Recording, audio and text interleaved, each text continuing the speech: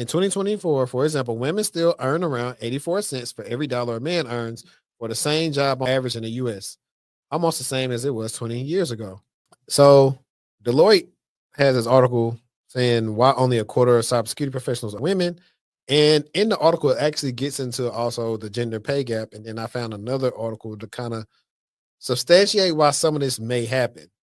But I'm gonna read a little bit of this. I'm not gonna do the whole article. Then we're gonna go into the context of why that pay gaps may be happening.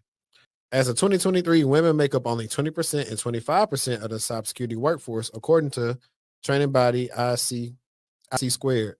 New research from Deloitte explores the reasons behind the gender gaps despite the high demand for skilled professionals in the industry.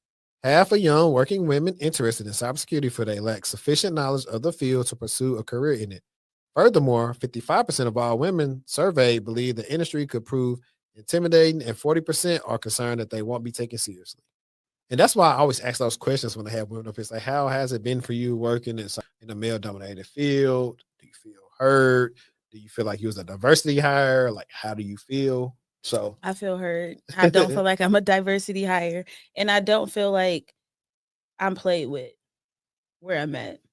I can't. I do know women who have experienced different, but knowledge, inclusivity, and pay concerns deter women from security roles.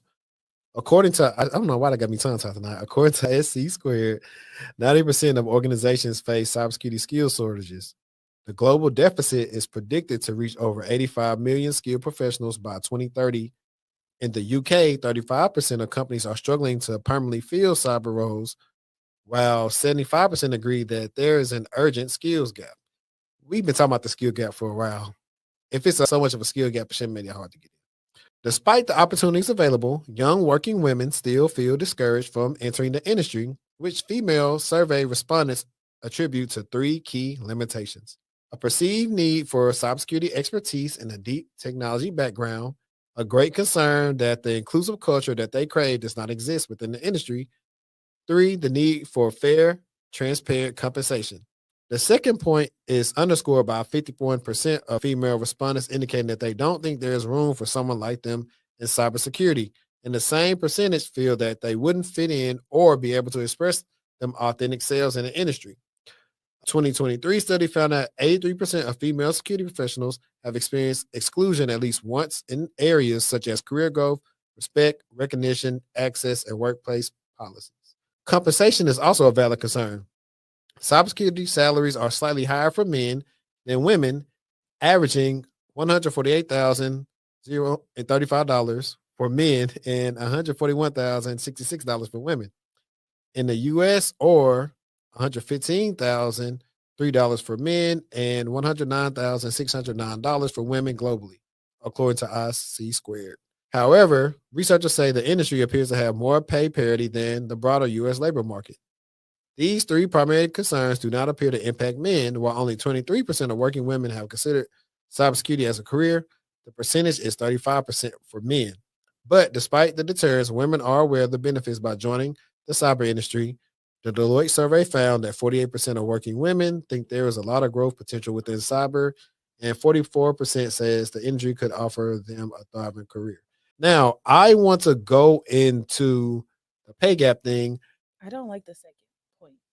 About what's the second point? The second point where it just sounded like really emotional, very typical for what a woman, quote unquote, would say. What was the second? A great concern that the culture does not create, like the culture they crave does not exist. Yeah, what does that mean? What I kind of don't culture like do they that. they Like, crave? what does that mean as a woman? I don't like that. And they said that like the second part is like Yeah, I don't agree. and so I've covered this before about people negotiating and why people may be underpaid, and it may say the same things here, but I know what I found in my research a while back was that a lot of women would be scared to negotiate. For sure. And I've noticed this just from having sometimes women clients. And I'm saying, no, let's ask for this and helping them feel confident to ask for what they get. So sometimes it's like, hey, you only gonna, eat what you kill type of thing. So if you're not gonna get what they say, scared money don't make no money, then you're gonna get underpaid. If you're a first gen, right? If you're a first gen and nobody ever really tells you how to be better, do better when it comes to negotiating, you're not going to. You might hear some numbers that you never thought you would hear, and you just, yep, I'm gonna accept that. I'm gonna go for that. So I can definitely see that happening. Yeah, and If you don't have anyone who has negotiated to tell you to negotiate, how will you know that that's even a thing for you? I mean, there's more chatter about it today, but 5 years ago there wasn't. and that's because the inception of people being transparent. You got the salary transparency Yep. street where people say, "Hey, how much money you make?" Like a lot of people don't know that some of these jobs make money or don't make money. Yep. And that's the whole thing. And like I said, that's one of the biggest reasons why I got into IT is like when I found out, hey, these jobs start off making more than architects. Well, I'm finna go slave at something I know I'm not gonna be that skilled at. So transparency definitely helps out. But just don't talk about it at work sometimes. They mess around and fire you. All right. So women have progressed a lot in terms of workplace gender equity since the days of Rosie the Riveter.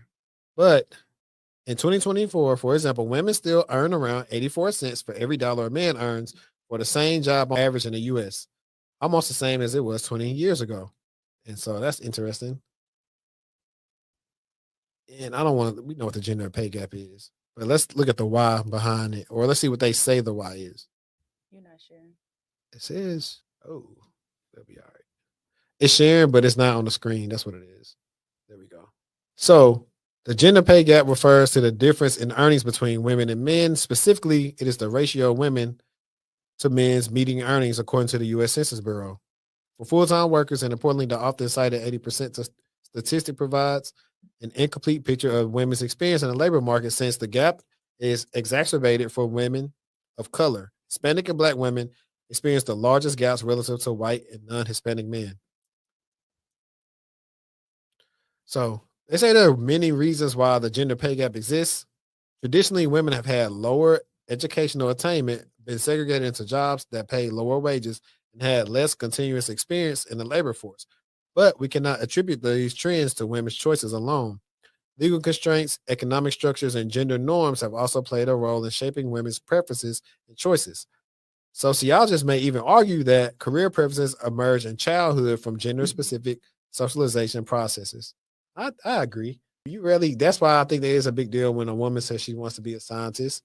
Because typically it's like the liberal arts things or more creative things. That's what they typically do. So when they do those like majors, you'll always find like it's probably like 15 guys and maybe 3 girls in the class most of the time. So, and that goes back into like, hey, what is it like 20-25% of women was only interested in working in cybersecurity anyway? So that goes back into that. So the other 75% want to do something else. Let's see. On the demand side, gender discrimination at the point of hiring beyond has contributed to lower pay and fewer promotional opportunities for women. However, it is difficult to measure the extent to which implicit and explicit attitudes of employers account for the wage gap. Let's see. Regarding MBA graduates, the gender wage gap tends to increase over time. Researchers at one top program examined multiple cohorts of MBA graduates 13 years following graduation and found that parenthood impacted women's earnings more so than men's. At 13 years out from graduation, women were earning 56% of what their male classmates earned. Factors like taking time away from work, working even a few hours fewer per week were found to have tremendous impact on women's earning later in careers. Caregiving responsibilities has a negative influence on women's earnings, whereas men have been shown to actually earn more upon becoming fathers. For those in the highest paid jobs, the returns for what sociologists call overwork are huge and contribute significantly to sustaining the wage gap. Let's see what this says. At a more micro level, we also know from experimental research in social psychology that women receive less credit and also claim less credit for their work when engaged in joint tasks with men. I have a recent paper co-authored with Jers Murris at Wisconsin where we examined almost 2 decades of data to demonstrate the effect on gender wage gap of a job's interdependence, meaning the extent to which a job requires working on a team or coordinating with others. Over time and across industries and occupations, jobs that are rated as more interdependent, meaning they require 2 or more people to sequentially complete tasks, have higher gender wage gaps.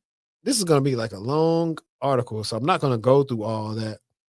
But I do see like the thing where they're talking about. I don't like the caregiving thing, but it is true, That makes and that's why a lot of women who have put their career at the forefront of their lives really struggle when they come to decide when they want to start a family, because they know at some point in time it's going to hold them back from doing something in some way, shape, or form, because you can't do everything, right? Mm-hmm. You're going to be off work for maternity leave, hopefully, if you get that, for X amount of time, depending on your company. You might get more time, you might get less time. But during that time, you're not learning, you're not building up a skill set, you're not really staying up to date with what's happening internally with the company. You're missing out on, that stuff. And it does suck because, that's kind of not what we were put here for. But like, who's going to bring the babies in? Yeah. And I can see from, like they said, socialization and society norms of them perceiving why men should make more because they feel like they're the providers, and the women with the kids and the children typically would be at home, homemakers, and doing other things. So I could see why they would feel like the men should make more. But now it's very different. You do have a lot more career driven women, but I'll see women that's like very successful be like, I just want to get scooped about a rich man and take care of my kids at the house. So that's one of the things too. It's like when you really think about it in your heart of hearts, and I think this is not want to turn into one of these sexist shows or anything, but in the heart of hearts, are thinking about who wants to work and who doesn't. And then you talk about what type of work somebody would do. That's when you start seeing, like, I guess the true nature of what somebody would really do if they didn't have to do things to provide for themselves. Yeah. So I think that's what a lot of stuff stems into. Cause like, who wouldn't want to like think about it when it is the people who have kids or who are full-time moms, they get this, like, you got to miss certain things because you got to work. Whereas at least for a certain point in the kid's life, you could be at everything. You don't have to worry about that. That's you're feeling a part of their life. I think a lot of people, like, they struggle with this. Like, dang, I'm missing all this stuff, but I got to work for them. They said, I wish I didn't have to. Hey, I'm sorry I can't come to the thing because I do this and that. I think a woman would have a harder time saying that than a man would. Like, hey, I got to work. It is what it is. And he's like, I'm gonna try to come to something. But hey, I gotta keep this roof and everything over your head, or I gotta keep this money coming, and it's what it is. I think it depends on the person too. Yeah. You have some men that feel like that, and then you also have some women who can be, quote unquote, I'm not saying you're heartless because I don't think you're heartless, but people would read that as heartless, right? Some folks would read that as heartless. You got a big project you got to close on. Your baby got a winter concert. You can't make the concert because you need to be at work. Like I said, you can't do everything at once. Mm-hmm. Some days you're going to be a better mom. Some days you're going to be a better employee. But it's just really about finding that balance. Yeah, I think the solution is to have a live-in grandparent like across. Yeah, close. But it sucks though, because if it's the grandparents, they outside. I just thought about Beat King. But no, I mean, that's a good point. And think about it. Everybody don't have a family with like one child. And everybody don't have a community to support them. Everybody don't have parents, grandparents, aunts, uncles, cousins that are willing to step in. Not only that, everybody don't have family that you want to step in. Like, that's the one people are forgetting about. Take that part right on up. Sometimes you don't want them to have nothing to do with your kids. Can't go over there. Don't worry about it. We'll figure it out. Is the stance that a lot of people take. Let's see. Put this on there. You had, I think that was the encrypted messaging app. That's the one I was talking about.